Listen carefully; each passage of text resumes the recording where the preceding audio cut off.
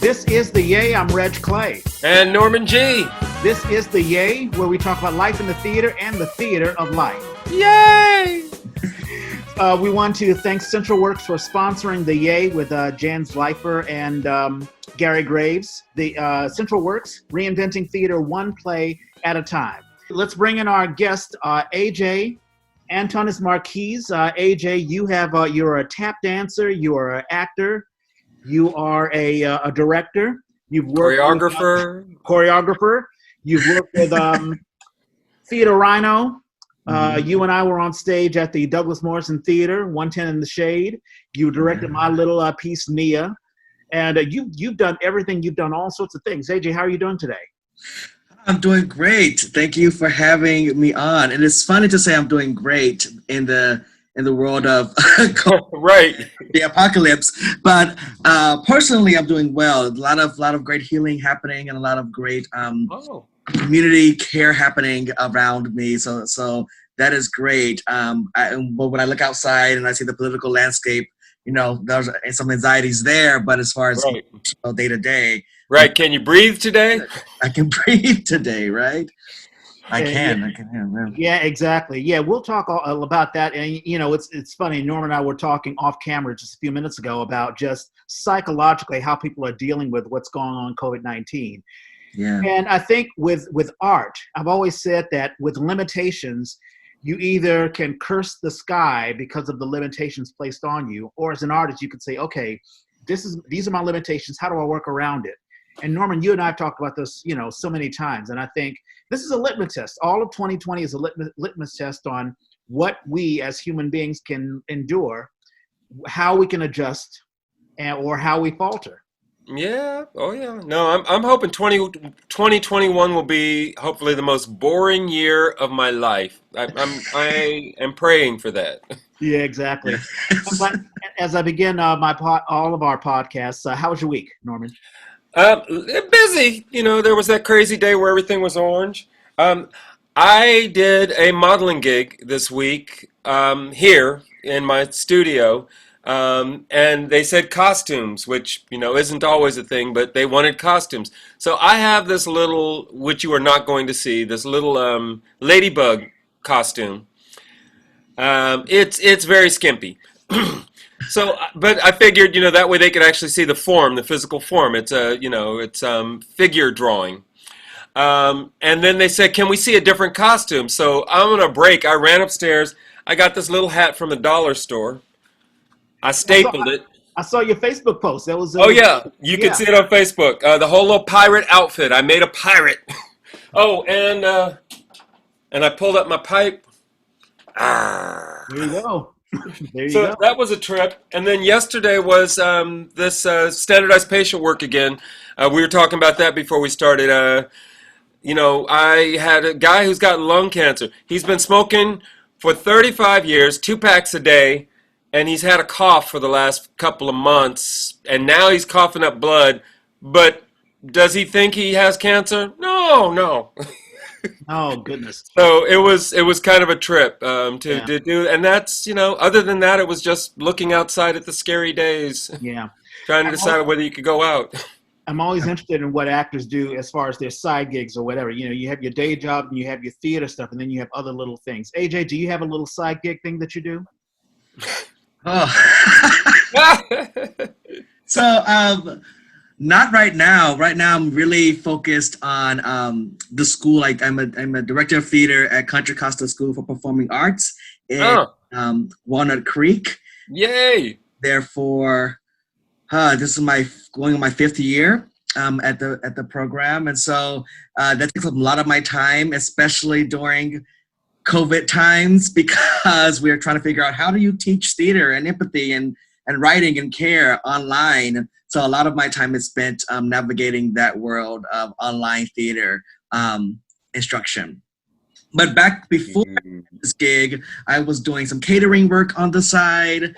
I would do little directing gigs here and there on the side. I love cooking, so that was a big part of my life. So I would do a little bit of cooking, a little bit of styling work. So some people will ask me to, help them pick out an outfit for an event. So I do a little bit of that. So yeah, this and that to get bills paid. But yeah, now I'm very lucky to have a job in which I can just spend most of my time there and still do what I love, which is theater art creations. That's great. No, I'm gonna follow up with you about that because the Eugene O'Neill Foundation is out in that area, Yeah. and we're always trying to get some diversity. Yeah, I hear that. And actually, I was in contact with someone from the Eugene O'Neill Foundation whose name I can't remember right now, but we were planning on doing something at the end of last year together. Oh, But then, of course, COVID hit and then right. happened. But last school year. But yeah, it's because we at our school, we teach a course called World of the Plays, where we go through various isms. So realism, naturalism, surrealism, expressionism, etc. How the theater community responded to those various isms throughout history. And of course, one of those plays we do is Eugene O'Neill, Long Day's Journey into Night. Of course. It's classic. In the realism world. And so we were trying to find a way to connect our programs together last year, but we are, COVID hit. So I'm happy that you are part of that as well, Norman, and we can get that back on the... Oh, that would be heaven. Yeah. Assuming that there's, life outside of these screens next summer. Right, absolutely. Yeah, hoping so. There have been some current events. Well, let's talk about Wednesday. I mean, my goodness, it was really like Total Recall, like the 1990 movie. I mean, just red everywhere. Right. I mean, how did you? I mean, of course, very few people even went outside. But how did it affect you psychologically? I mean, with everything else that's been going on. I stepped out and stepped right back in. I was like, oh no. Yeah. So I gratefully actually was in Malibu. Ooh. Oh, lucky you. And I was at this really beautiful Spanish-style villa doing some singing and healing and tea ceremonies and just kind of resetting. And then Wednesday morning, I checked my emails and checked my social media and saw the Bay Area was completely in Mars. Right. And it is terrifying, but I mean, it was terrifying, but also what it did, it made me angry. And it made me afraid. It made me angry at the years of kind of narcissistic, sociopathic legislation that has happened that has protected our planet. Yep. And when I first moved to the Bay Area, I actually worked for the San Francisco Department of the Environment doing environmental education work there. And we knew, I mean, the data was there. That was about, I guess, 9 years ago at this point. But we knew it then, a decade ago, that this was a possibility of these extreme weather and the pollution. But like that's a decade ago, but decades we've known this, right? And it reminds me kind of that mentality that Trump kind of said really loudly when he was recorded about COVID, when he was like, well, I don't want people to panic. Right.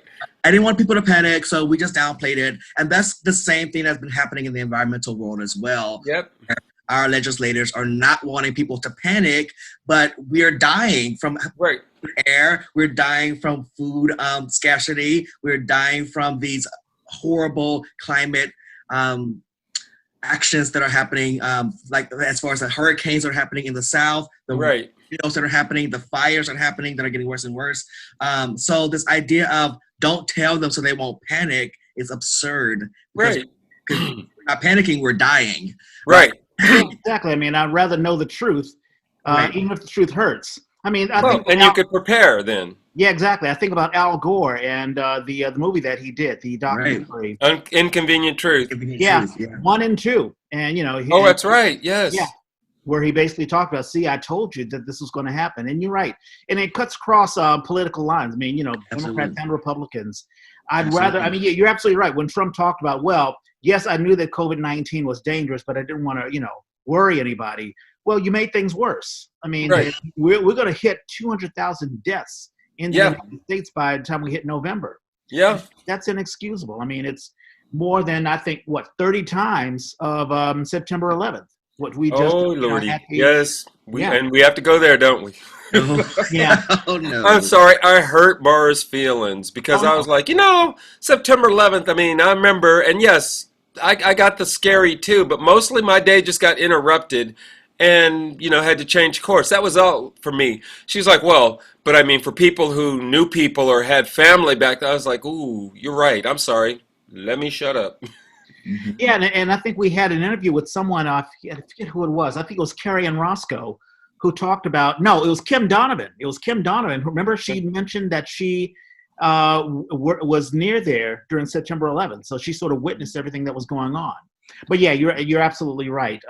It was, but what's happening now? I mean, we have to deal with reality right now, and we have to Right. sacrifice. I mean, and it deals with the environment as well. If that means we need to do more as far as recycling or putting less chlorofluorocarbons out there or not driving as much. I mean, I bike all the time, and Right. I know you've got your little bike thing for your birthday thing. So, these are the sacrifices that we have to do to make the environment better.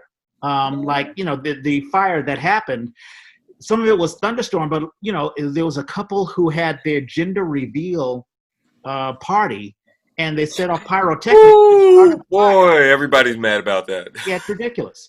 There were two things that popped up on this week that I wanted to touch on. I just wanted to see if you guys had any thoughts about it. Sure. Kyle Rittenhouse. This is the 17-year-old who shot two individuals in Wisconsin, Kenosha, Wisconsin. This is Mm-hmm. the white kid. So this week he was charged officially with two Right. counts of murder, 1 count of attempted murder. And there's I guess, a narrative which is going on with the right-wing media saying, well, hey, this is self-defense. Right. These Black Lives Matter folks were chasing him, and this poor 17-year-old kid had to defend himself. Well, he's walking around with an AR-15 that he illegally owned. Oh, and by the way, when they were chasing him, it was after he had already killed somebody.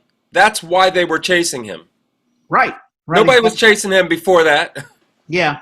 I mean, I have mixed feelings. I mean, I have very little sympathy, but he's still also 17-year-old. He's still a child.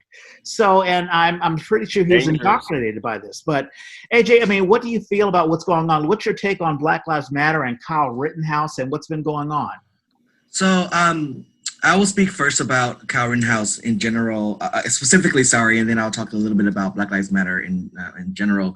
But I actually wrote a post about Kyle Rittenhouse on my Facebook wall because when I heard the news and I heard that he was a 17-year-old kid who had dropped out of high school, whose mother had driven him across the state lines and brought him Right. and allowed him this gun, right? And I thought about my kids, my students, right? And I call them my kids because I really believe them as my kids, and they are really Right. to me. But they are 17. I have, my seniors are 17, my juniors are 17, 18 years old, and Right. they are sitting in these classes in which we facilitate that is all about cultivation of empathy, about learning different philosophers and ideologies that has permeated the 20th and 21st centuries, but also going back as far as kind of indigenous cultural identities and African cultural identities and practices that have all been about creating circle, creating space, honoring ancestors, and creating space for empathy amongst each other. And what I was so sad about is that I thought this kid could have been in my classroom. This kid could have been in my class sitting and learning these ideas that help us expand our collective consciousness of care. He could have been learning about empathy. He could have been learning about how do you voice your disagreements in a way that is helpful and useful versus destructive and murderous. And so my sympathy comes from the fact that he was denied that opportunity to sit in a classroom of peers and feel seen and heard and loved beyond the place of guns and murder and destruction. So for me, I was sad mostly. I was sad that this kid felt that because his parental units and the environment he's raised in told him that the only way to protect and the only way to have your voice heard is to carry an AR-15 and to use it if necessary. Yeah. And that for me is why I was sad. I don't feel sympathy for the fact that racism that racism is, right. Like I don't feel bad, because it's 2020 and we should understand at this point that racism is horrible and it's a sickness and it's a disease that needs to be eradicated from our consciousness and collective identities. And yet I felt sad because he's 17. I felt that he's a kid that made an adult decision, right. But it wasn't his decision alone. Right. Yeah, thank you. No, thank you for reminding. Because right. I mean, if we lose our compassion, then we just become monsters. Yeah, yeah. And so, and it's easy to just say, oh well, forget about that kid. He's a racist. And if he was a 40-year-old man, I might have that opinion. Right? Say, I have no time to even think about or care about what he has to say about why he did this. But right. I feel a little bit more compassion towards him. And then as the Black Lives Matter movement in general, I remember the first, there's how many names have there been since we started this Black Lives Matter? Oh, many. Ahmaud Arbery. Oh, right. Taylor Swift. What week is it? Yeah. What week is it, right? And how many, every week. And I am sad that this kind of mantra, because it started as a mantra. It started as a mantra of being, that Black Lives Matter, as a statement of being, and not as this kind of organizational, political entity, but as simply a statement. In the same way that in the 60s and 70s, we said, I am a man, right? And signs that were being held up saying, I am a man. Right. Nobody else is coming at you going, well, there are other men. Right. And so it was really disappointing to me that from this kind of mantra of identity, we have this, well, all lives matter and blue lives matter and green lives matter and alien lives matter. And it's well, that's not the point here, right? Because in the same way we don't say, we don't have Breast Cancer Awareness Month and then say, well, what about lung cancer? Right. No one says elbows. What about elbow cancer? What about elbow cancer? Right? It's no. We are hyper focusing on a cultural identity that needs specific care and healing right now because our culture has destroyed it over and over and over again. And so to say Black Lives Matter is simply to say, can I breathe here? Can I walk down the street and exist here? Can I walk down the street and say and be successful here and not be harmed here? And we do that collectively because right now Black lives are under specific attack. And so we're talking about specificity, and I think that it's such an important movement. And I have myself been at these rallies and been at these movements. Had police guns in my face, and had shouts of danger being, tear gas been thrown at me, and pepper spray being sprayed in my face. So I've been in these moments of activism. But I will say that that's a small part of these moments, right? I think protests are often media that's being shown. But what I see there, often we are out there dancing. Right. Right, literally. And honoring ancestors. And we are just it's a party of Blackness on the streets in which allies are invited to attend. And so it's really interesting. I actually, like I said, I was in Malibu this past weekend, and I had an incident with an Uber driver. And I said, or just a driver, and I said, well, he asked where we were from. I was like, oh, we just got into town, and actually we were from Oakland, and I was with a friend of mine, and he was like, oh, well, how's Oakland? And I was like, Oakland's great. Yeah. Oakland's it's kicking. He's like, oh, well, and then he shifted the narrative, and he said, oh, well, if you call having 90 days of violence great and attacking federal buildings and shutting down the blah, blah, blah great. And firstly, sir, you're getting your narrative from the RNC right now. Right. And and that is not the narrative of Oakland. Right. And there are active active moments of resistance that are happening throughout our city, but that is not all of Oakland. Right.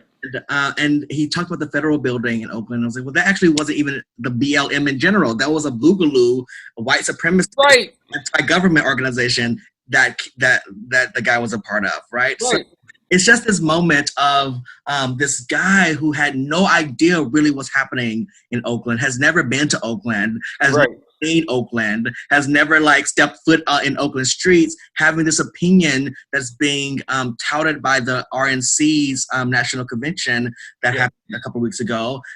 And these folks have never been to Oakland, right? Like when's the time Donald Trump was in Oakland? Well, yeah, no. I wish his ass would come to Oakland. We would be there. We would be there. And the thing is, I mean, people get their narrative from where they want to get their narrative. You know, people. Exactly. Some people want to be enlightened. Some people really don't care. You know, like Donald Trump Jr. was on a television show, and he basically says, "Well, we all do stupid things, and you know, we can't just judge this kid and whatever." I mean, people pick and choose what they want to believe. You know, it's funny, listening to you talk, AeJay, about children. You know, children are at an age where they're trying to absorb everything. They're trying to really get a grips of what's going on, especially in 2020. How do children understand how to deal with COVID-19? How to deal with the rhetoric that's going on politically? And also with Black Lives Matter. And you're right, I wish that Kyle Rittenhouse were. And because I had read that he was bullied. That's one of the reasons why he dropped out of school. He was bullied.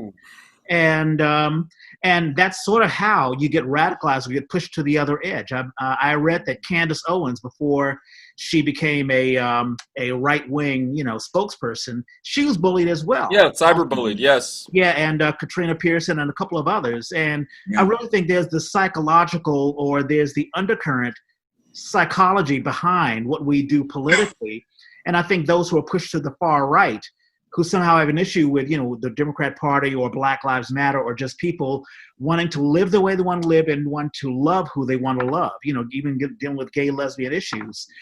Sometimes they're pushed in their way. They try to justify it by, you know, the rhetoric, but really deep down inside, they're hurting them, you know, they're hurting within themselves. Kyle Rittenhouse said that he was protecting and defending, but really he's lashing out because of something that's being hurt within himself. And I really think that, you know, when we talk about theater teachers and theater and art being in the classrooms, it really is about empathy. It's about teaching kids, hey, let's do a scene where we can act all of this stuff out.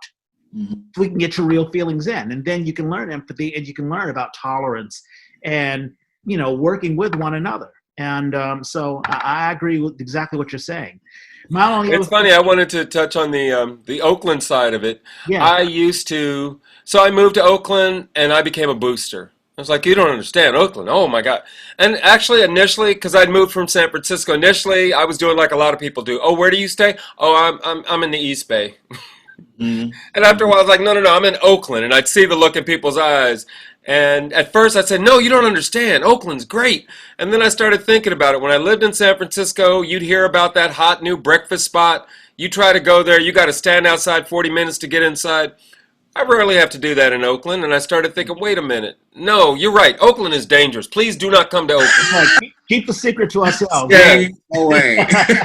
But no, AeJay, but you make me realize the other side of that is the world is still hearing that other message. Yeah. And they're scared. Because what your guy is talking about is what's happening in Portland, not what's happening in Oakland. Yeah, there is protests in Oakland, but I have to search for it because mostly it is peaceful.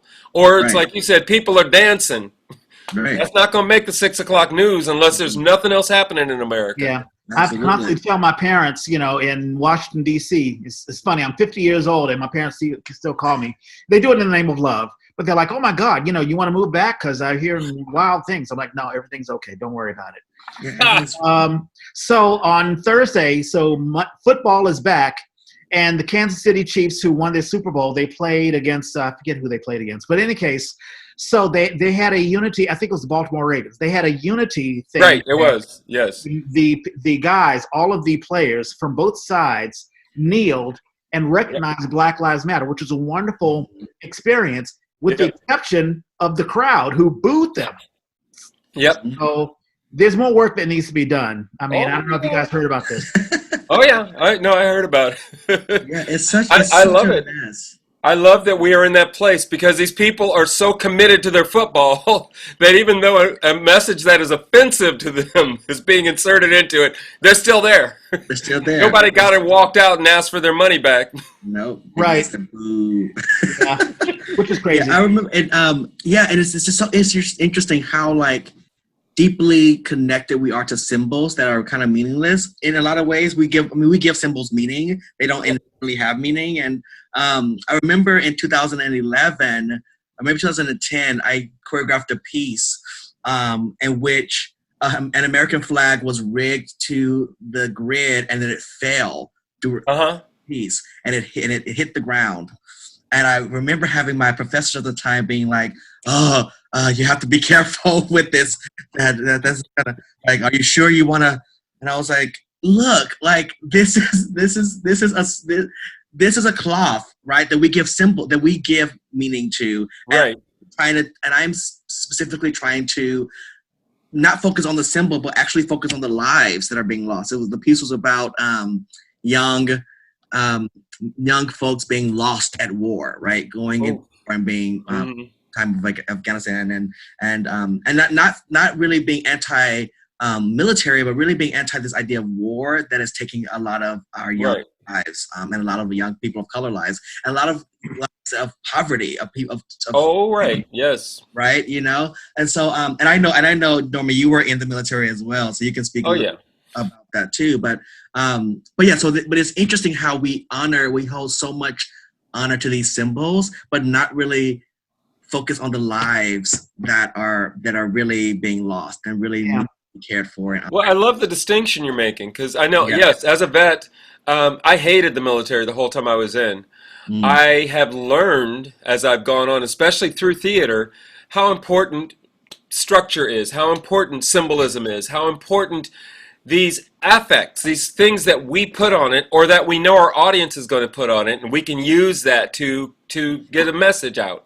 And so I've become much more, not so much pro-military, but pro that idea that there is an important way you can use this structure.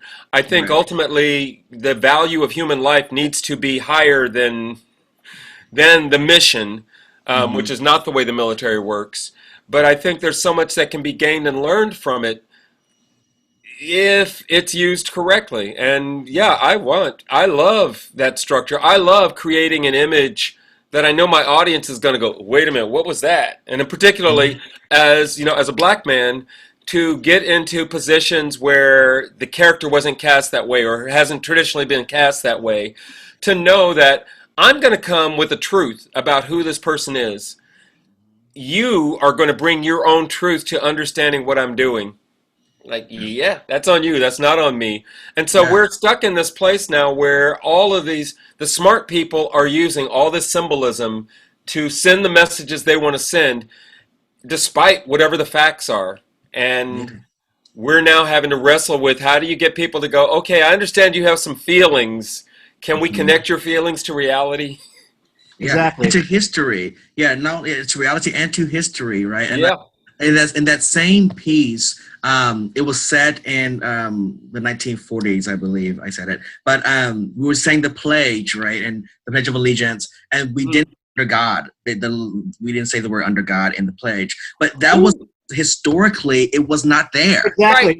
It was put in the added yet. Yeah. So it was like, so you have to understand that I am actually not making a political, I mean, I kind of am statement, but I'm not also, because it actually is historical. And we are so anti-science, anti-history, right? Like right now, the Trump administration is attacking the whole 1619 project, which I do believe has some room to be strengthened academically, as far as like what is being asked of the students within it. Right. That's not what they're talking about. they just don't want to have any narratives that are anti like their narrative, which is 1976 was the greatest year in the history of the world. So they don't want they really want American exceptionalism to be the primary educational system in this country versus having this kind of robust discussion about what happened over the last 400 years to get us to where we are now. And I'm really, that really saddens me as an academic as well, because if we're not studying history, if we're not kind of looking at multiple lenses and multiple viewpoints and multiple first person ideas, then we're failing ourselves as a culture. And that's kind of what the world wants right now, though. Well, at least America is like, the American politics are very much so like, don't look at history, look at what's happening. Right. More than ever now, yes. More than ever now. And it's like, well, come on. Yeah, it's interesting. I wish I had seen that piece, the piece that you had directed. You're absolutely right. You know, we need the theater to challenge the way that we think. You know, either to reinforce our beliefs, like this is the reason why I believe what I believe, or at least to justify it, or to say, you know what, maybe I'm wrong. And you're right. There's a fine difference between patriotism and fascism. You know, fascism. I mean, no matter what country you go to, they're going to be proud of their country and proud of their culturalism. But if you take it to the extreme where you are so proud that you are against everything else, you're against any thought that your country could be wrong, that America could be wrong, right, or that the flag is anything more than just a piece of felt, and that I can still be an American. I mean, quoting Richard Wright, I can be an American and not, say, pledge allegiance to the flag. Right. I remember going to a ball game with a friend of mine, an Asian lady, and at the seventh inning stretch, they sing "Take Me Out to the Ball Game." Yes. We didn't feel like doing it, and we got some dirty stares. I'm like, okay, so I don't care. But there are some folks who are so, hey, we've got to be united, and we have to be united as one, and everyone has to think the same way. Well, that's not what America is. And getting into history, the founding fathers, they're very much against religion. They didn't want to say under God. They talk about prudence. Right. And that's one of the reasons why they came to America, because they wanted to get away from the Catholicism of the King George III. Yeah. Yeah. So in any case, yeah. So art has that purpose of challenging the way that we think, and also diversity and all that stuff. Are you going to touch on Rochester? Oh, talk to us about it. I actually spent a lot of time yesterday because it's so quickly fallen out of the news cycle. And I was like, wait a minute. So the command staff of the Rochester Police Department all resigned or retired. The chief retired. And he retired because he said he did not like the mischaracterization of his career. And I'm like, wait a minute. What we're specifically talking about is this man died on your watch. Y'all lied about how he died, and now it's come to light, and everybody's upset about it, and the state AG is going to investigate, and that's when you decide that you need to retire because you don't want to be mischaracterized. And I'm like, whoa. So apparently there's a cover-up here. You're the chief. This cover-up happened and you didn't do it? Great.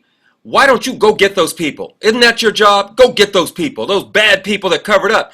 If you were a part of it, then no, you don't get to retire. Retire, yeah, I got a cell for you. Retire, mister. Yeah. But they're black, and it happened in Seattle, and it happened in, was it Houston or someplace in Texas? And it happened in Rochester, where these black chiefs have all stepped down because they said they didn't like what was going on. And everybody, the narrative, that's what I'm mad about, is the narrative is saying it's Black Lives Matter's fault. That they're destroying things, and we've worked so long for black people to get to this position of power, and they're tearing them down. And I'm like, well, if they're covering up people being murdered, I don't care what color they are. This reminds me of the, I don't know if you guys remember, in 2000, there was the Fajita Gate, and the Fagans, to make a long story short. San Francisco? Right, for those who don't remember, so there was a cop who was off duty, and he was harassing a gay guy. I think in the Fillmore district, basically saying, hey, you have a fajita, give me the fajita or whatever. The gay guy calls the cops because he doesn't realize the guy's a cop. And the cops are like, okay, we're going to arrest you. Oh, wait a minute, you're one of our guys, Fagan. So in any case, it reminds me of that because the chief of the police was a black man, and he had to go against his own kind. He had to go against, a cop. I mean, they always say, we had Dwight Moore on my other podcast. You're either black or you're blue. And so in one way, I do feel a little bad for police chiefs who are challenged to, hey, part of this department. You need to set the record straight and get your department in line. Yeah. And of course, it's tough because, some of them unfortunately appease, these cops try to say, hey, I'm really on your side and all that sort of stuff. But yet you have to be black at the same time. I mean, do you pull away from your blackness, or do you push your department to do things the right way? And some can't. If it's almost like a football coach, if you can't get your team to obey and buy into what you want, you'll be fired, even if you're right. Right. We've seen that plenty of times. Yeah. AeJay, before we get into an origin story, how do you feel about the election? Are you optimistic? Are you pessimistic? How do you feel? Oh, I feel exhausted. I feel that the federal election for president is only one election that we need to be concerned about. And I think that we often put all of our focus on the president. Yeah. We should be thinking about who our local legislators are going to be, who's going to be in our, representing us in Congress and both the House and in the Senate, and who's going to be working with us on the ground level, and judges, district attorneys, all those folks, because that really is going to be, and our mayors, right, and because that's really what's going to be supporting our movements locally, and also giving kind of pressure to the federal government to move in the way that we want them to move locally, if we have local power that's going to put the pedal to the metal in that way. So I first want to say that, make sure that you are looking at who you should be voting for in your local elections. Try to vote as progressive as you possibly can. Look at your ballots ahead of time. Don't be surprised by candidates. See what's going on there. Yeah. I will say that as a kind of a little push for that. But in regards to the federal election, I don't believe that that 45 is going to leave this that house easily. Right. And I don't believe that it's going to be a smooth transition of power. Yep. And I believe that we should be preparing ourselves for what will be a fight. Whether he wins or not, it's going to be a fight. Yep.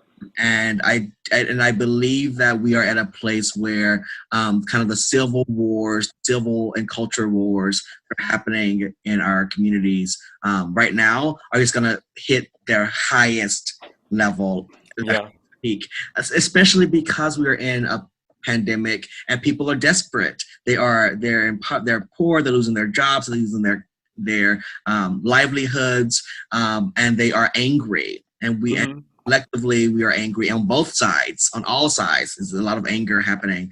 So it gives me a little bit of some anxiety about what's going to happen with this election, because I do believe it's going to be a fight regardless. But I do believe that shouldn't stop us from going out and using our voice and going to the right. or mailing in your ballots. You have to. It is so important to do so right now. Regardless of what you feel, right? I'm not the biggest fan of Kamala or of Biden. Yeah, agreed. Are you a Bernie guy? Or are you a Bernie bro? No, I'm not actually. Well, I was in the last election. I was more into Bernie's politics. I was actually really on Team Warren this year for. Yes. I loved Warren's politics, and I love that she had a lot of connections to wealth, so that she could work within these kind of systems to dismantle them. And she's a white woman, and that within itself is powerful, and I really enjoyed that. But I will say none of that really matters at this point, because we have to vote for, and we cannot vote for this evil ass man again. My wife is upstairs making calls. My wife is on a phone bank. I think they're calling Arizona just to make sure people know when the deadline is for getting your request in to get your ballot. Yeah. You have to, because because it's not so much, right? Because we have been debating these kind of social cultural ideas for a long time. Things like abortion, things like federal funding, things like how unemployment and social security, and how we spend our social kind of equity. And those things are debatable. Even though they shouldn't, I'm over the kind of debate about people's choice in bodies, but but that is not what we're talking about right now. We're talking about a man who really is not for anyone except himself, really. Right. And he's not really for the people. He is, or any people, like not just, Right. we say people, we often talk about progressive folk, but he's not for anyone. He's for him. Right.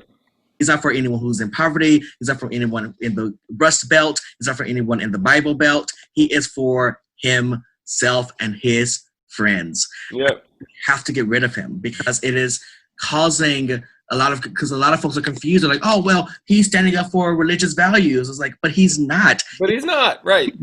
He doesn't care about religious values. He cares about himself. And if holding a Bible in front of a church in D.C. helps him get that vote, he will do it. Yeah. Yeah. It's the thing that I find fascinating about Republicans. They're like, well, it doesn't really matter what he says or whatever, but he is the conduit. He is he's holding on to the values, and so that's why it really doesn't matter what he says or what he does or whatever. And I've never understood that at all. I mean, it's like going to church and the preacher is preaching some crazy stuff, and you're like, well, yeah, the preacher sleeps around, but we're here for the word. And it's crazy. I mean, how in the world do you do that? One thing that really frightened me this week, I heard that apparently the U.S. Postal Service, they're using some subcontractors to deliver mail. And one had just dumped it. I guess to dump it in the trash or something like that. I'm like, oh my God, please don't tell me that. Right. Yeah. But even with that, I'm positive. I'm looking at the polls. I know that the polls deceived us in 2016, but Biden is doing so much better than Hillary Clinton. I think that, I don't know. I'm an optimistic person. I think that we just can't make the same mistake twice. We got to keep fighting. At this point, we got to stay active, keep getting the message out. Yeah. Yeah, and for me, I keep 3 friends on my social media who are Trump Republicans. And friends from back home, and I keep them on social media just so I can see what the other side is talking about and see what's going on. And it is interesting what is happening because this narrative of faith is coming up in the conversation so much. Like, well, we have faith that he's going to protect us from blah, blah, blah, blah, blah. Right. You're not really seeing any evidence. And it's hard to kind of consider, to debate faith, right? Because faith is the belief in things unseen, right? And so it's really hard to do that. But I agree with you, Reg, that I also feel some optimism and that folks are waking up. And I also know that the 18-year-olds, the kiddos who are the first time being able to vote, they are fired up. They are they're like, absolutely not. Because they have grown up in can you imagine they were born after 9/11. Yes. Grown up in a world in which it has been out of control madness forever. All their lives. And so they're 18, they're like, let's get it done. Let's get some progressive ideas in here and let's move forward. So that's what gives me hope, because our kids are going to come in and swoop us, like, do the right thing. I'm praying. Anytime I can talk to young people, I'm like, this one is y'all. You are the balance on this. You get to tip the scale. Yeah, I'm rooting for the millennials, and I think they're millennials who and obviously I had heard that Bernie is a little concerned with Biden, wants Biden to focus more on millennials and more on the issues and to really galvanize that vote. And I think if that happens, everything will be okay. With that said, let's get into an origin story. AeJay, how'd you get involved in theater? Where were you born and raised? And stuff? Origin story. So I am originally from Louisiana. North Louisiana. I was luckily enough to be raised in a household that was very artistic. My family were all singers. Excuse me. We're all singers. My uncles and aunties were in a gospel group called Adoration Gospel Ministries that throughout the South, singing songs, singing and ministering. So I started off singing a lot, and then we also had our cousins got together and created Junior Adoration. So we were the young babies who were opening up for the uncles and aunties. We would do like an opening number, and then they would come in and follow us. So I grew up singing, but also my mom is as a theater artist as well. So she is a writer, a playwright, is a director, and she's an actor. And my auntie is also an actor as well as a dancer. And so I grew up in a community that was doing shows. They were doing a lot of theater together. So I will remember being 5 years old, 4 years old, 5 years old, 6 years old, sitting in the rehearsal rooms of my family as they were rehearsing plays. Uh-huh. When I was around, when I moved into middle school or so, I was in sixth grade. I was in show choir because I was was very much on singing and dancing mostly before I was thinking about acting. And then we did a show choir did a production of Grease, which I was cast as Danny. Uh-huh. And I was from there. I was tested into what we call the Gifted and Talented program in Louisiana, and in theater. So I became a theater artist, training at that point. And so I did that all throughout my middle school and high school career. I went to performing arts schools, but I also was very interested in math and science, so I wasn't sure what I was going to do. Mm-hmm. So, and dance. So I did that all throughout school, high school and middle school. Went to Wake Forest University to study neuropsychology.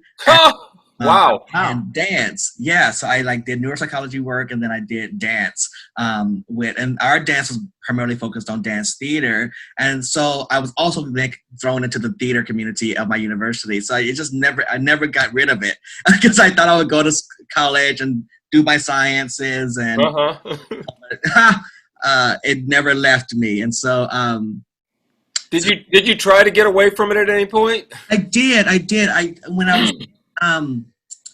When I was transitioning into college, I thought that I would not do it anymore. I thought I would say, I'm done with that, and I'm going to focus on sciences. But then it came back in college, and then when I graduated, I was like, okay, I'm gonna try to do environmental science and just do science, do behavior change work, because I was really interested in mirror neurons and the power of behavior change through mirror neurons. Wow. Going to do that and focus and then go into masters for neuroscience. Mm-hmm. It just kept calling me back. The performative itch kept calling me back. And because I felt like we had a lot to say. And I also was a part of Jacob's Pillow Dance Festival, which is this summer-long work where we see, 7 to 9 dance companies a week. And they're coming in doing this incredible work. And I saw this production of work by Lucy Guerin Company, who was based out of Australia. And they did a piece about the collapsing of one of their major bridges that it was a national tragedy that killed a lot of people. And they were using these building blocks, and they were doing this movement, and they were doing this dialogue. And it was theater, dance, architecture, science, physics all combined together. And I was like, that's it. That's what I want my life to be. To be able to have all this intersectionality of ideas combined together. So so then I moved to the Bay Area. In DC, I did work in New York, I did work in North Carolina. And I came back and I was like, what am I gonna do next? And I came to San Francisco. And question though, just before we get to San Francisco, yeah. You mentioned cousins. Do you have siblings? I do have siblings. Are they involved in the arts as well? So they are. They play instruments. So they were all in the band. So my older brother, played basically every brass instrument possible, and my older sister played every woodwind. And they also are singers as well. And so and my mom, and my dad plays the piano. I mean, it's just all this kind of and art surrounding me. But it was all very much so rooted in the church, so in the Baptist church at the time. But what brought you to San Fran? So, I was like, I had a friend. I have a friend who name is Madison, and she broke her leg and was in Mississippi. She broke her leg, and her doctor would not let her travel to the Bay because of the air pressure. Right. And so she was like, hey, I have a room in the Richmond district that I'm not paying for, that I'm paying for right now, but no one's there. Do you want to go and stay there just for a minute to see what's going on? And I was like, sure. sure. Ah! And so I came. That was about 9 years ago, I believe, at this point. 2010? Uh-huh. 2010? Yeah, 2011. Okay. What'd you find? And it was incredible. I got work right away. I was working. Started working with Man Dance Company. Like the first week or so I got here, I auditioned for a dance company, Man Dance, and I danced with them for a while. And then I was working as a stylist at Anthropology in downtown San Francisco. About 6 months later, I was applying for a lot of things, and I got an interview with the Department of the Environment in San Francisco. Mm-hmm. So I started, and I booked the gig, got the job. Right. So I quit Anthropology, and then I started auditioning around. And in 2012, I auditioned for Berkeley Play. I actually auditioned for a show at SF Playhouse. Before they moved to their we were over on where Custom 8 is now. And they were doing Bloody Bloody Andrew Jackson, and at the time, and I auditioned for John Tracy. Was Tom Riley in that? I actually wasn't cast, so I don't. Okay. But so I auditioned for that, but I wasn't cast. But John Tracy called me in for Guys and Dolls that he was doing at Berkeley Playhouse. So I ended up booking the Berkeley Playhouse Guys and Dolls, and that's what kind of started. Who were you in Guys and Dolls? I was one of the gangsters whose name I cannot remember at this time. Okay. But before that, I have to actually give a shout out because I actually skipped a part. Before that, before I started that, I actually was doing a lot of ensemble theater work, and I was working with Wing Company. So I was able to do 2 shows with the Ragged Wing Ensemble. Sure, over here in Oakland. Yeah. Mm-hmm. Yeah. And so my first show I think I did with them was at the Live Oak Park. And I played this murderous dictator that's into the lake. And I had to go into the lake and sing a song and run. And I was like, yes, theater in the Bay Area. I want to be out in nature and rolling around in mud.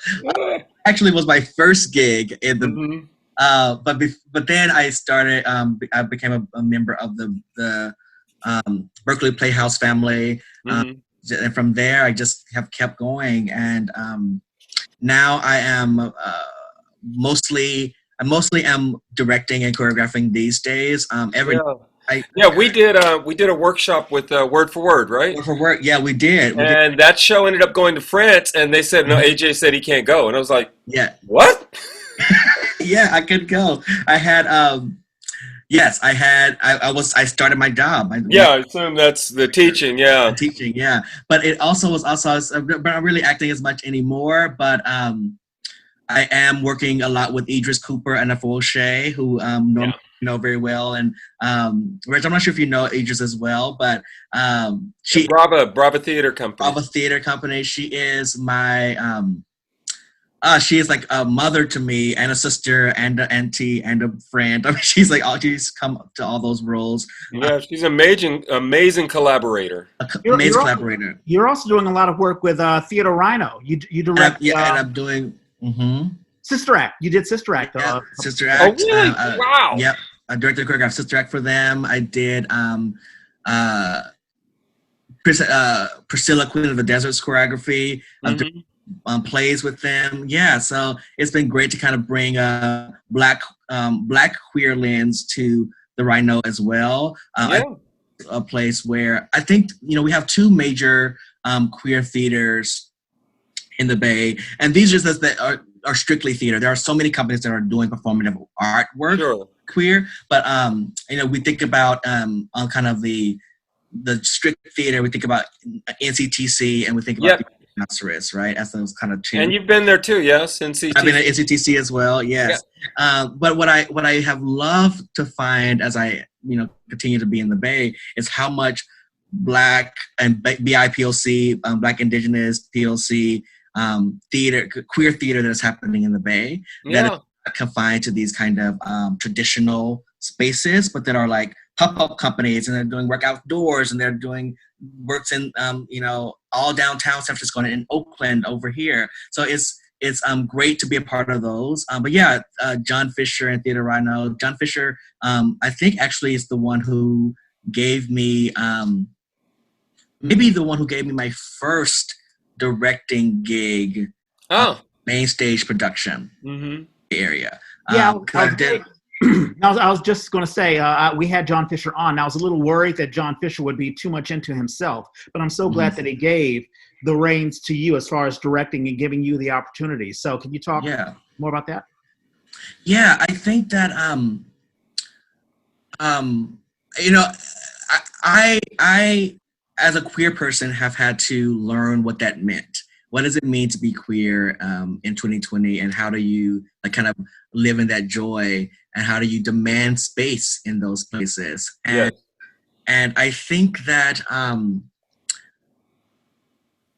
initially, John has a lot of, I won't get into into a lot of that, but John does have a reputation in that that Theatre Rhino is often featuring a lot of white voices and a lot of white actors. And that's been true historically. And that's also historically.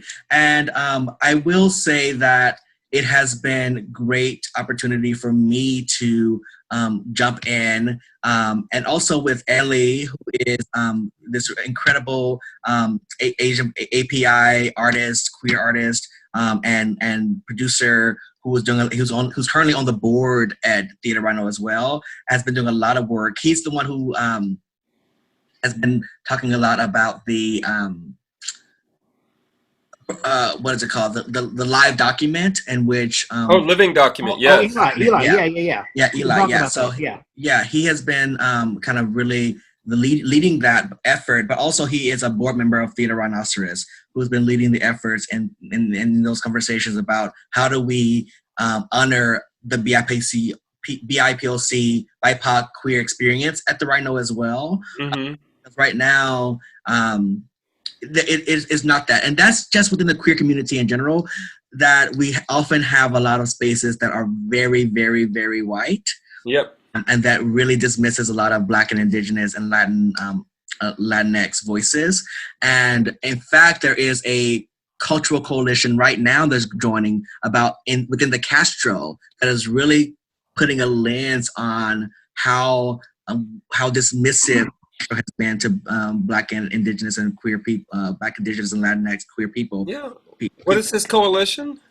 It is the Queer Castro Coalition, and it's being led by several Black and BIPOC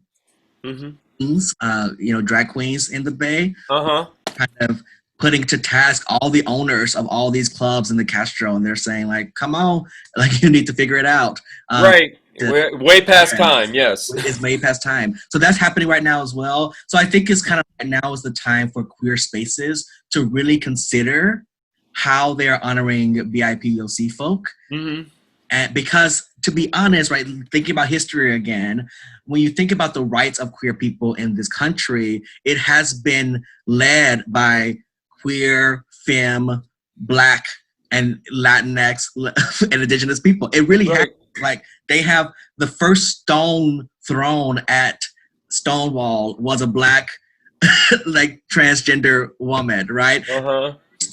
Coffee thrown at Compton's cafeteria in San Francisco was a Latinx person. It's you just think about what actually has happened and what has led to the powers. And of course we have, our white queer folks have been a part of that, not dismissing their power, dismiss what they have done. But when we talk about who has been the angriest, who has started riots and the revolutions, and then has been folks of color, and that's across all kind of sexualities, but particularly within the queer community. Well, what I love about it is it's not just about identity, but as you said earlier, it's about that history and knowing your history.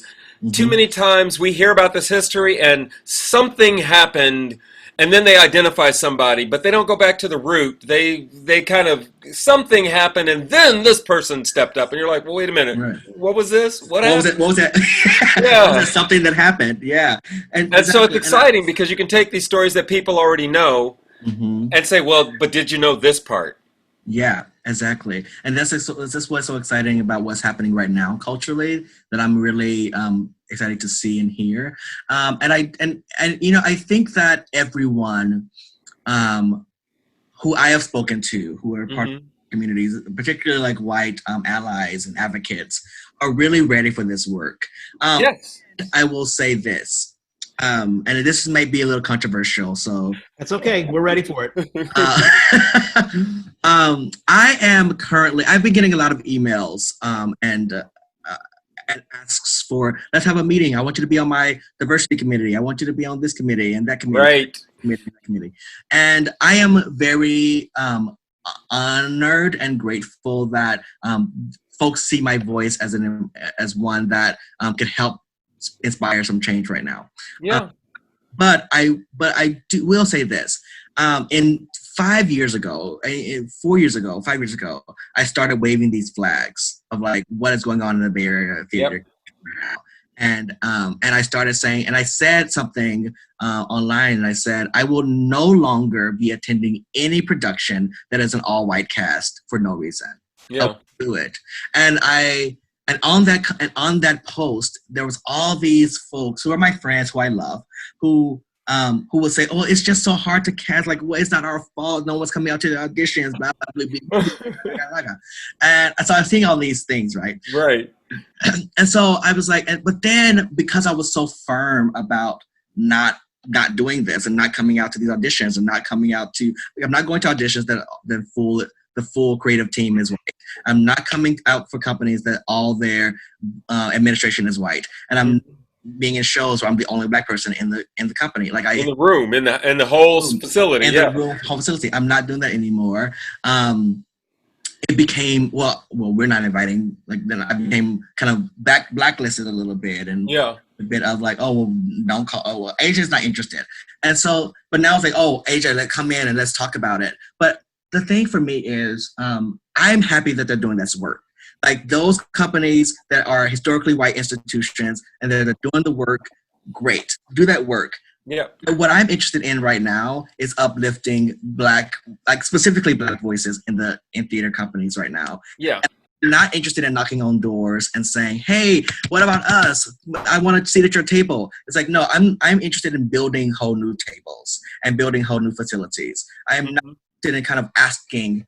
Because like there's a lot of questions like what can we do to make sure, it's like actually I'm not interested in talking about that right now. What I'm interested in saying is how can we support folks like Lorraine Hansberry Theater? Right.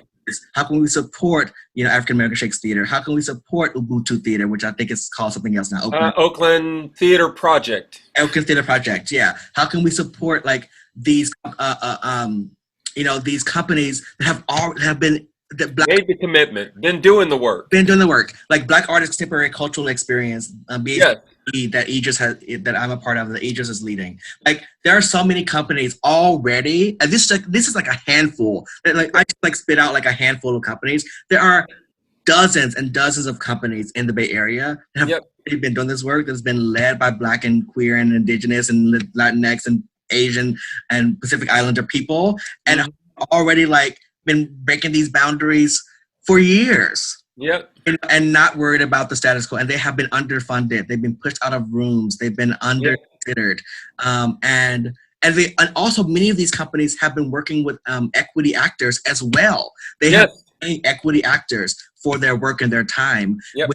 When many other companies who are now starting to do the work will hire maybe 1, 2, 3 contracts in a season. Norman, we talked about this, I think either last week or the week before last, about companies. There's so many companies, and I feel that there may be a competition because every company wants everyone to, hey, come to our show, come see what we're doing, and it sort of pushes other companies out of the way. But also a question that I had for you, AeJay, and it's something Radhika Rao talked about before.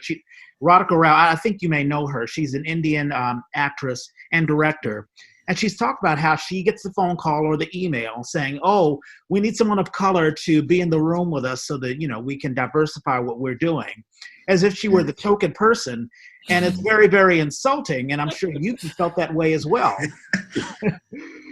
Yeah. So it is insulting, but also, I find so many brilliant people in the Bay Area that surround me, right? I think about, I'm going to just say some names right now, call them into the space, who've been kind of doing this work alongside myself and my generation since I got here. I think about people like Tiara Allen, who is this incredible artist and actress and thinker. I think about Jacqueline Dennis. I think about Melissa Martinez. I think about, these are names that Anthony Jackson, Phaedra Tillery. Like, I think about these names. Davis, who's now the artistic director of BACT, Bay Area Children's Theater, who have been doing this work forever and being pushed to the side and not being seen and not being honored. I know that there are all these voices that are here, that have been here, that have been raising the flags, right? Who are in their 30s or early 40s or late 30s, early 40s, who has been doing this work, and so William Hodgins, right? And so right. There is no real need for folks to be so desperate for voices in their spaces. Right. They're already there. Yeah. It's like it's insulting too, because I ask myself, why not just, like, why am I there to support a white director directing a black show versus just having a black director direct that black show? Right. Like, why am I there to, like, help facilitate cultural conversation when the entire team should simply be representative of the production you're doing? Like, right. It's not difficult, right? And what's really frustrating to me is that, and I would say insulting, I would say more so frustrating to me. Yeah. Frustrating to me is that many people are pretending as though they don't know anyone. Right. Well, right. They're not somehow, they're so used to looking at it in another way, they don't realize who's already there. This is why I was hoping we would have you on.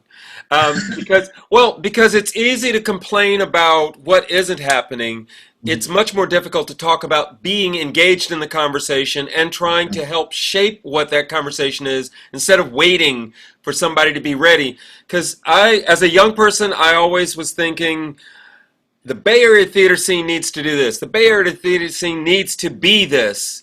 And everybody needs to be doing this. And realizing I was trying to fight a whole system. And I feel like you come at it more from that place of, these people are doing it. These people are engaged. These people are already having that conversation. So all you have to do is look at what is happening. Yeah. If you're serious about making these changes, here it is. It's already here, and you just need to plug into it. Absolutely. And I think, and I 100% agree. And one of the things that I'm committed to is education, is arts education. And in a way that shows that when our students leave, and I'm just going to our students are brilliant and I love them so much. And I want to say that they leave our institution having read so many artists of color, so many artists of different genders, and ideas. And then also they read, what is considered the classics as well. So, and they're also creating their own work. Right. And so for me, it's like, I am not interested necessarily in what these, it's like, I'm interested in the companies that are doing the work. I'm here for you. But I'm also interested in saying our students are going to leave our program and they're going to change the world. They're going to change the world of art. So in 15, 10, 5 years, these conversations won't even need to be happening because the kids, the youth will be saying, this is ridiculous. The youth will be saying it. They'll be, hey, I am a 22-year-old and I do not want to do meet me in St. Louis one more time. Yeah. Right. So You yeah. know? They're like, I'm not doing it. So they're going to be changing. Unless you're going to show me a St. Louis that actually was the St. Louis of that period. That period, exactly, right. Unless you're going to actually do that work, but they're not interested, and so I think that that's really a part of my hope and job right now is to make sure that the young voices are there. And one of the things I really hope that companies across the Bay Area are doing, looking at the educational program. Oh, yes. If all you're doing is a production of Romeo and Juliet and teaching students how to do that, then you're not doing the work. If all you're doing is another production of even Eugene O'Neill, right? If all you're doing is classics, if all you're doing is the white Eurocentric classics, then you need to fix it, because that and there are ways to do that. Don't give me a multicultural whiz or Once on This Island, right, without really understanding what those stories are, where they're rooted. Right. I'm not opposed to you mixing it up. Right. You need to really be thoughtful about what you're doing. Absolutely. I remember seeing. So you just brought up Once on This Island, and I remember in Louisiana seeing a production of Once on This Island when I was maybe 20 years old, 1920, and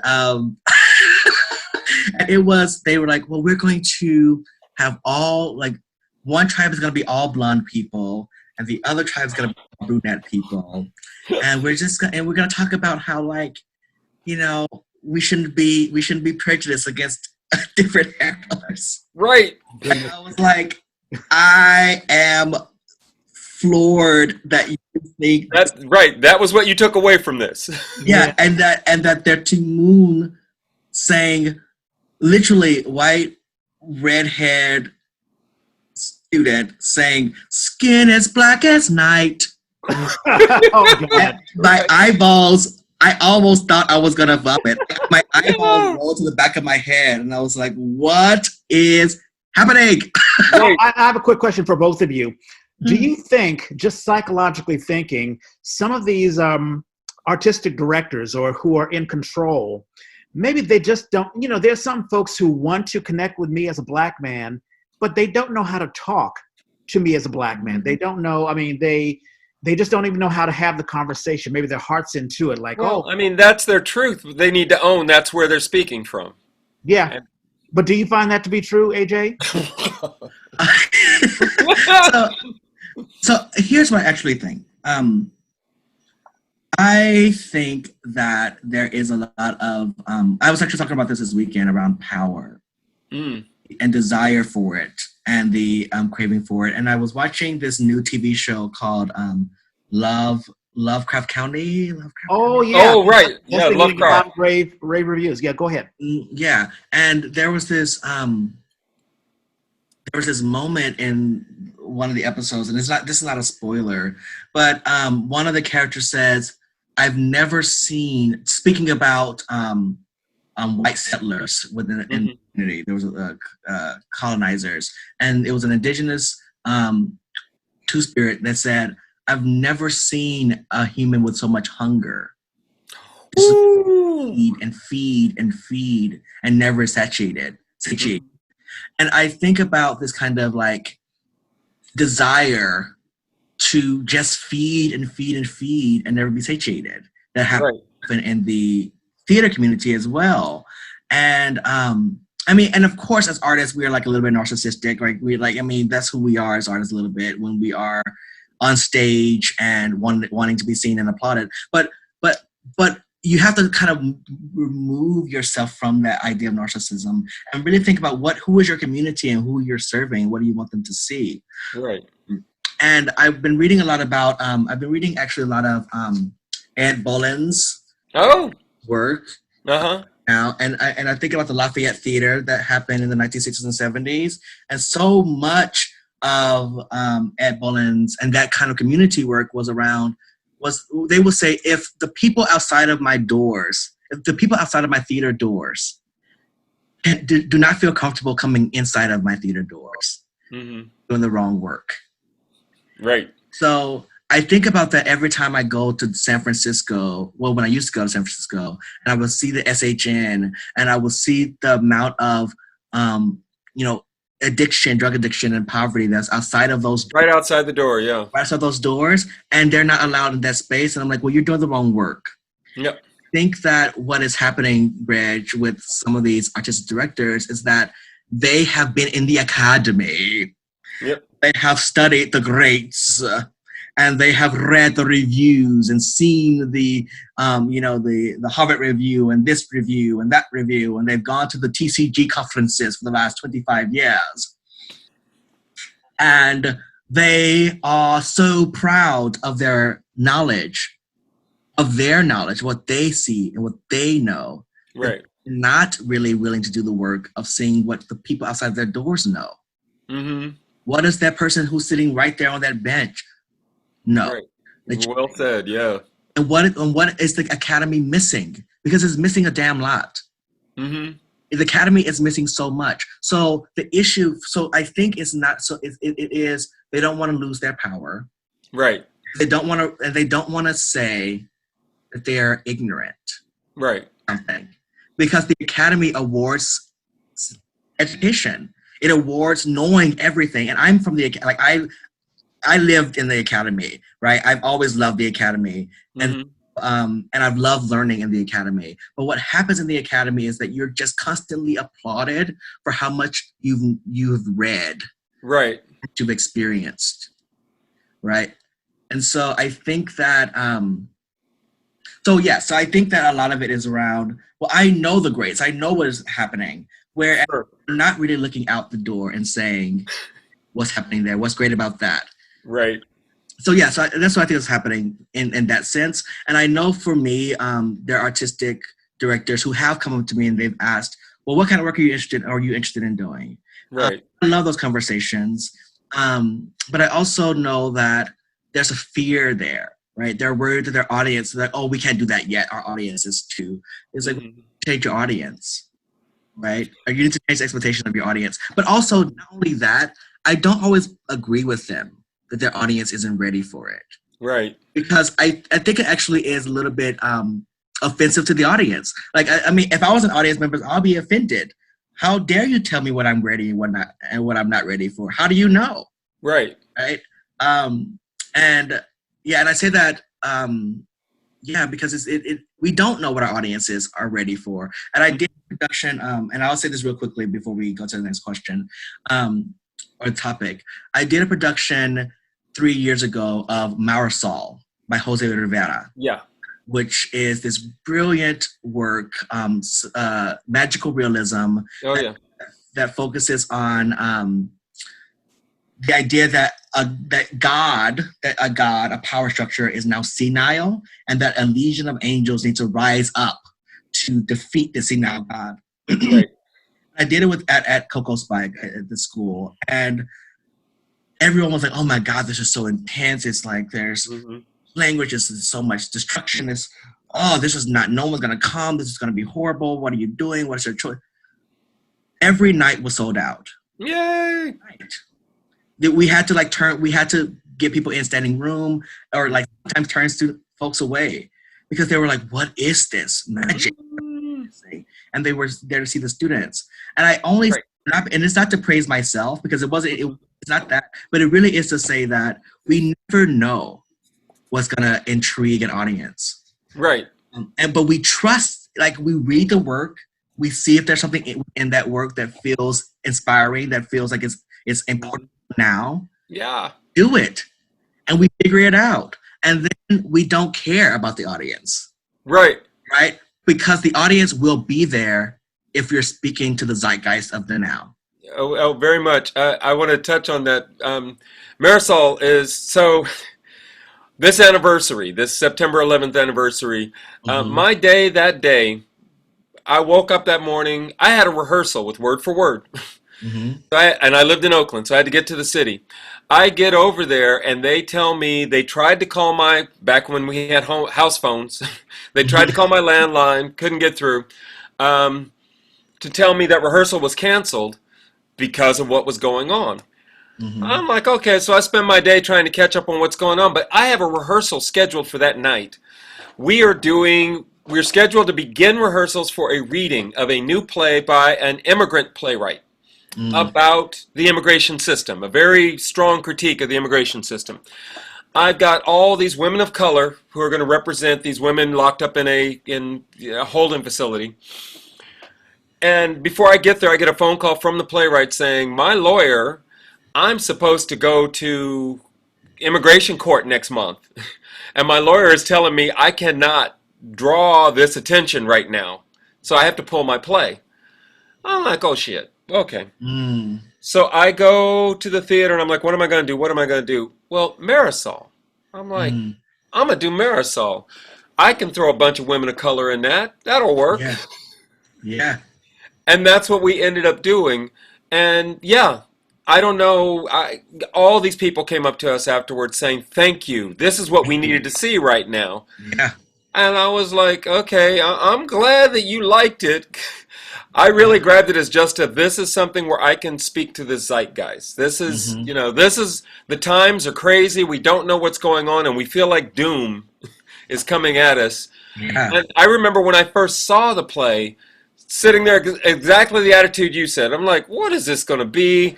I don't know if you know the history of the play, but that play was scheduled to hit New York same year, same season as Angels in America. And what's his name? Is it George C. Wolfe, who was running the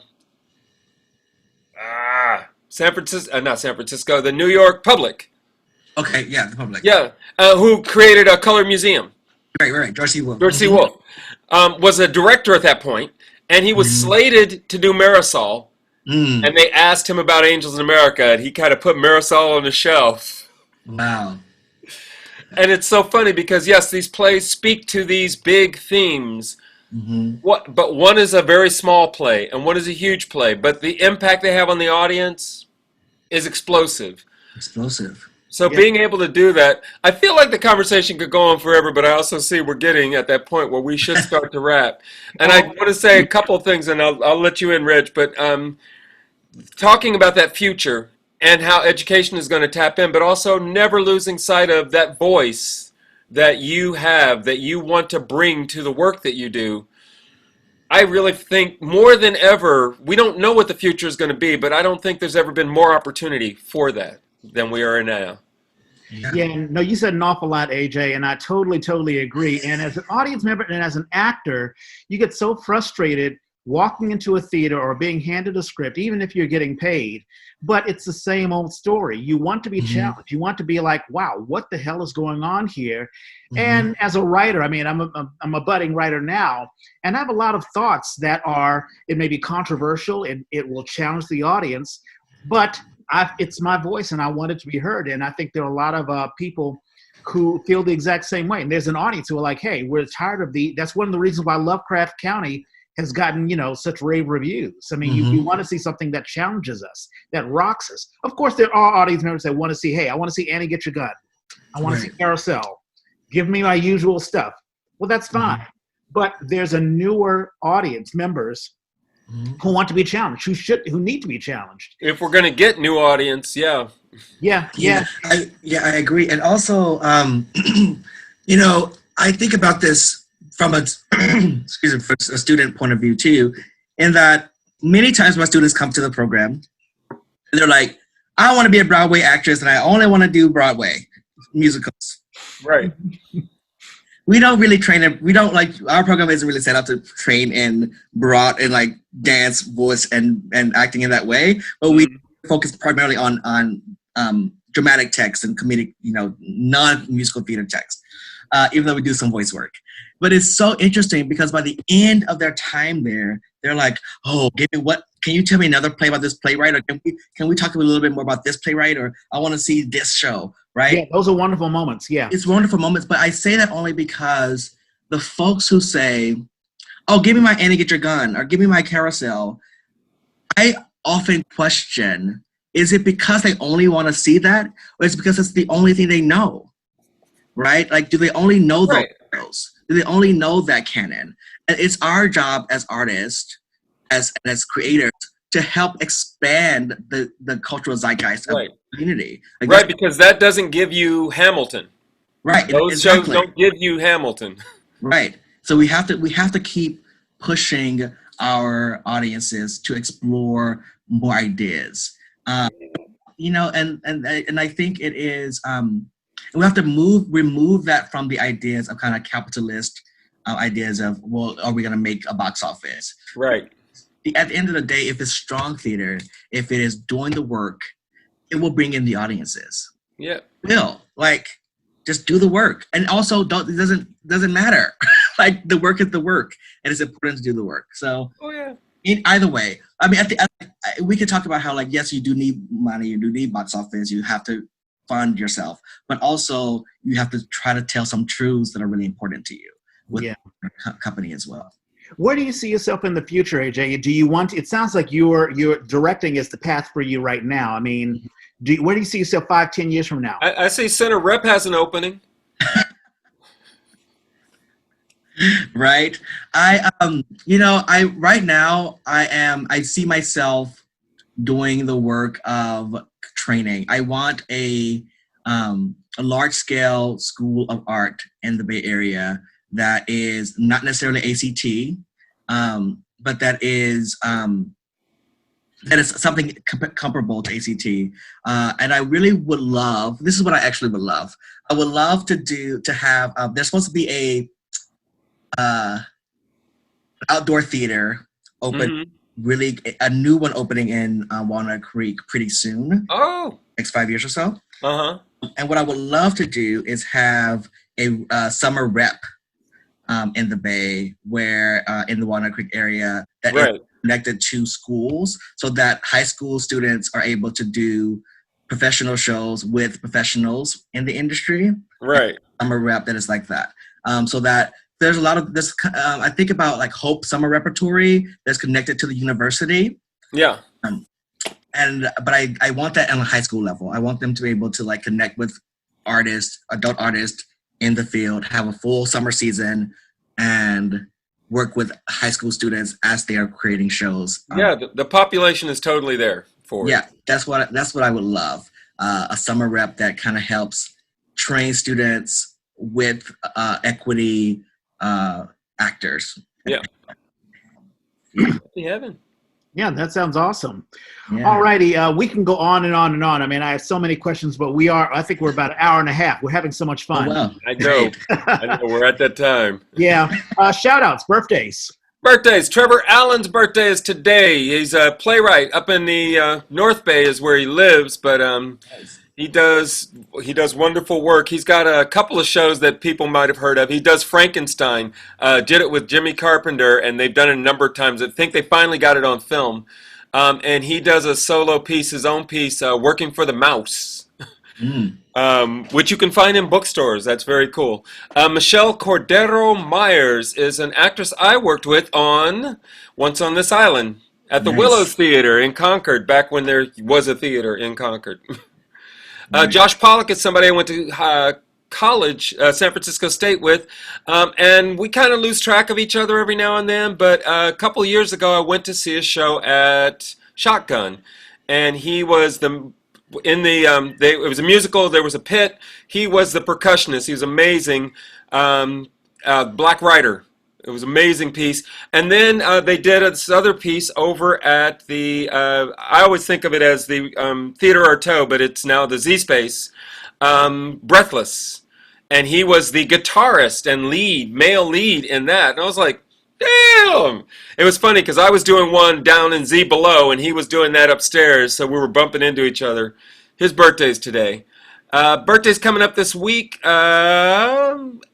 Geez, is it a short week? It surely is. Hallelujah. Andrew Nance, who I'm not sure if he's still at NCTC, but he was there for a long time. And Champagne Hughes, her birthday's coming up Friday. And I met her when she was coming out of Laney, and now she's working all over the Bay. Oh my goodness. And next Sunday, well, I'll let Reg talk about that one. Are you done? Yep. Oh, no, right. I said I got a really short list this week.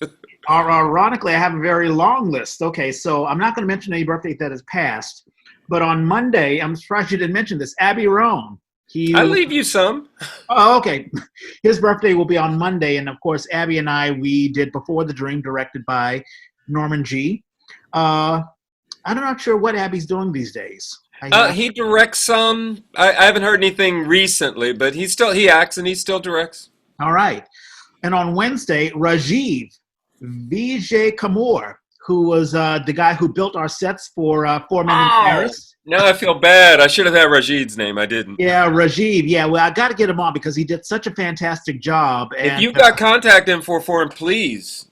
Yeah. I think I did send something out, but I'm not sure what he's doing these days. Okay. In any case, his birthday is Wednesday. Very, very talented. I believe he's an actor. He's a singer. He was in The Heights for Plethos. And he's a set builder.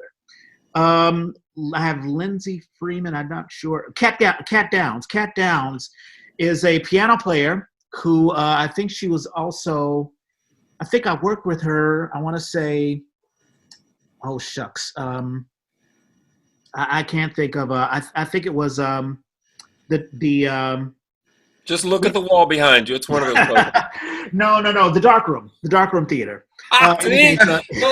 Which is not on there.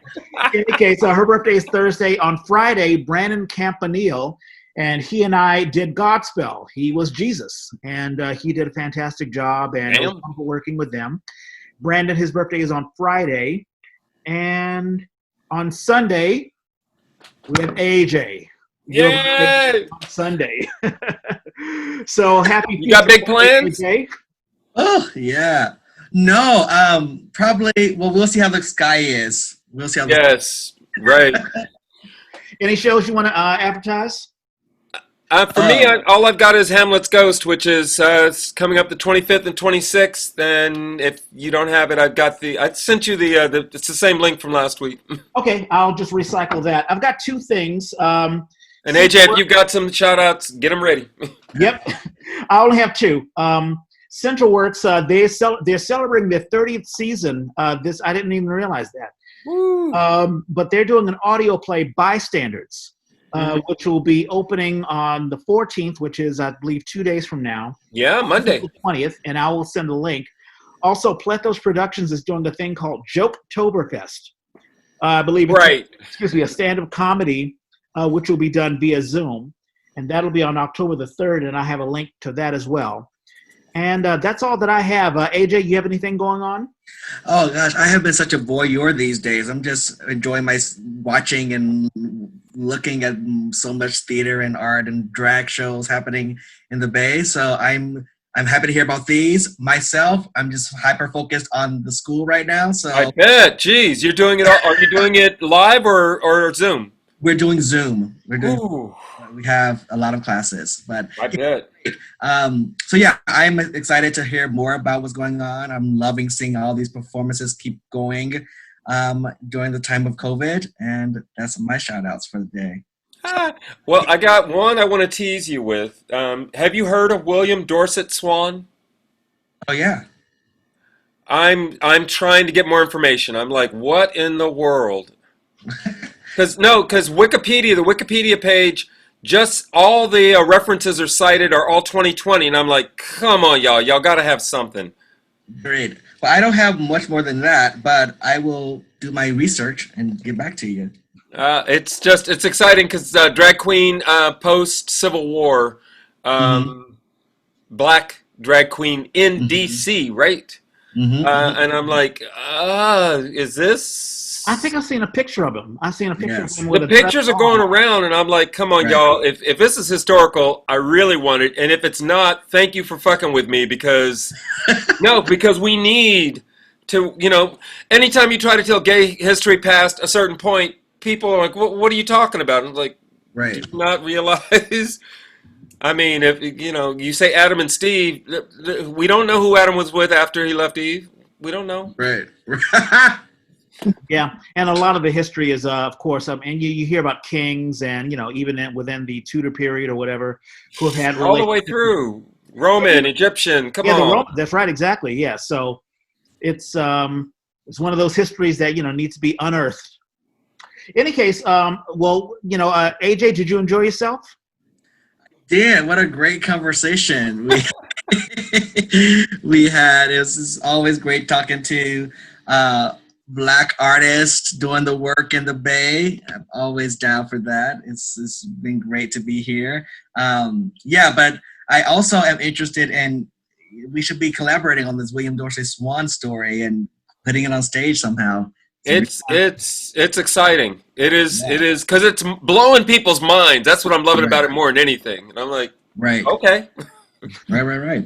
And also, like, the fact that he was, this artist was bold enough to go to Grover, President Grover Cleveland. Yeah, that's right. Right now, like, me in jail, I'm amazing. Give me a pardon. So, like, powerful. Yeah. And all praise to, well, I mean, I'm a bit of a history nut, but Grover Cleveland, he was the only Democrat to be elected president between 1860 and 1912 because he was a Northern Democrat. He was not the antebellum Southern Democrat. He was a Northern Democrat who wanted to push reform, and he wanted to push a lot of the progressive policies that, we try to push right now, which was why he had the meeting with the individual. And, of course, he immediately pushed that. But in any case, that's that. We want to thank everyone who is watching the Yay. You're probably watching on YouTube. And so like, subscribe, what the millennials say, if you like us, then subscribe to us. If not, then, let us know, how we can fix the Yay to make it a little bit better. And for those who are traditionally listening to us via the apps, you can listen to our podcast on any app that you listen to your podcast. We're on Spotify. We're on the iTunes app. We're on the podcast app, that purple app that you see on your iPhone or iPad. And if you are an Android user, you can use the SoundCloud app or just go on soundcloud.com. The Yay was created by theater people for theater people. If you have a show you want to advertise, or if you just want to advertise yourself, let us know. Hit us up on Twitter, Facebook, Snapchat, Instagram. I'm at Reg Clay. And I'm at Who's Your Hoosier. AeJay, is there a place where people can reach out to you directly? Oh, yes. You can reach out on my Instagram at AM _queer director, AM_queer director, and I'm happy to see you there. Yep. And we will put a link to it as well. Yes. All right, fellas. Thank you very, very much. And as Norman and I always say, we got to find a better sign off. And we are out.